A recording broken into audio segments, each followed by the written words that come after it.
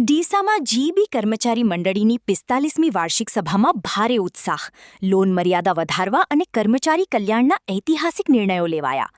બનાસકાંઠાના વેપારી હબ ગણાતા ડીસા શહેરમાં આજે સહકારી પ્રવૃત્તિ અને કર્મચારી એકતાનો અનોખો ત્રિવેણી સંગમ જોવા મળ્યો હતો.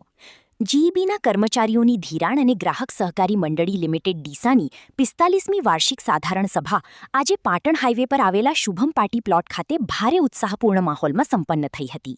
મંડળીના મંત્રીની હાકલને માન આપીને વહેલી સવારથી જ મોટી સંખ્યામાં સભાસદો અને કારોબારી સભ્યો ઉમટી પડ્યા હતા, જેને પગલે સમગ્ર સભાસ્થળ હાઉસફુલ થઈ ગયું હતું.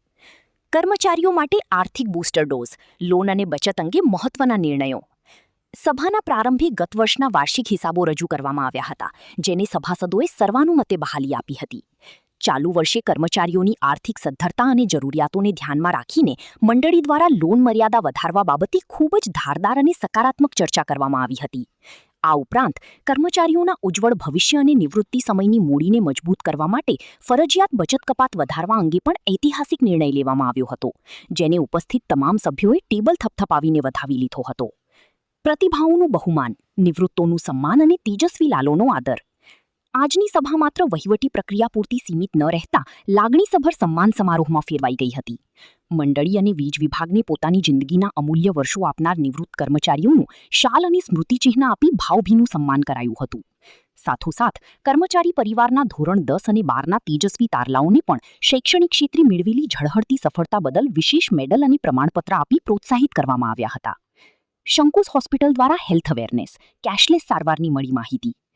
સભામાં કર્મચારીઓના સ્વાસ્થ્ય સુરક્ષાની ચિંતા કરતા ઉત્તર ગુજરાતની નામાંકિત શંકુસ હોસ્પિટલના તબીબોની એક ખાસ પેનલ ઉપસ્થિત રહી હતી. હોસ્પિટલના નિષ્ણાત ડોક્ટરે કર્મચારીઓ અને તેમના પરિવારોની અકસ્માત કે ગંભીર બીમારીના સમયે મૂંઝાયા વગર હોસ્પિટલમાં મળતી આધુનિક સુવિધાઓ અને કેશલેસ તબીબી સારવારનો લાભ કઈ રીતે સરળતાથી મેળવી શકાય તેનું તાર્કિક અને જીવંત માર્ગદર્શન આપ્યું હતું. ભોજન સમારંભ સાથે સભાનું સુખદ સમાપન.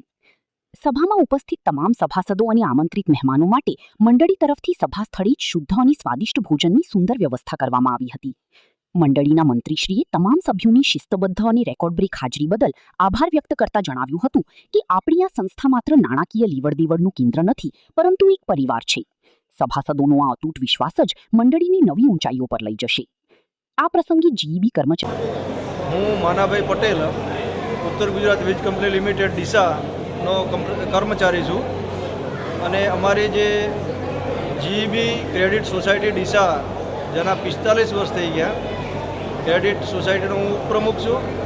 આજે અમારી 45મી વાર્ષિક સાધારણ સભાનું આયોજન અત્રે શુભમ પાર્ટી પ્લોટ ડીસા ખાતે કરવામાં આવેલ હતું, જેમાં વર્ષ દરમિયાન થયેલ ખર્ચના ઓડિટ રિપોર્ટો, જેનો ઉદાભાઈ જે મંત્રી છે જેમણે વિગતવાર બધાને રજૂ કરેલ, તેમજ સાથે સાથે આ સાધારણ સભાની અંદર અમારા જે નિવૃત્ત કર્મચારીઓ છે, યુજીવીસીએલ અને જેટકોના નિવૃત્ત કર્મચારીઓ તથા તેમના ધોરણ 10 અને 12ના બાળકો જે પ્રથમ 3 નંબરે આવે છે એમનું સન્માન કરેલ.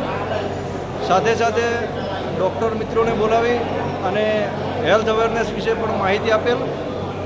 45 વર્ષથી સતત જેમણે પાયો નાખ્યો છે અને આ મંડળી ખૂબ સરસ કામ કરી રહી છે અને ભવિષ્યમાં પણ ટેકનોલોજીને સાથે રાખી અને ખૂબ સારું કામ કરશે અને બધા કર્મચારીઓ પણ આ બાબતે ખૂબ જાગૃત છે.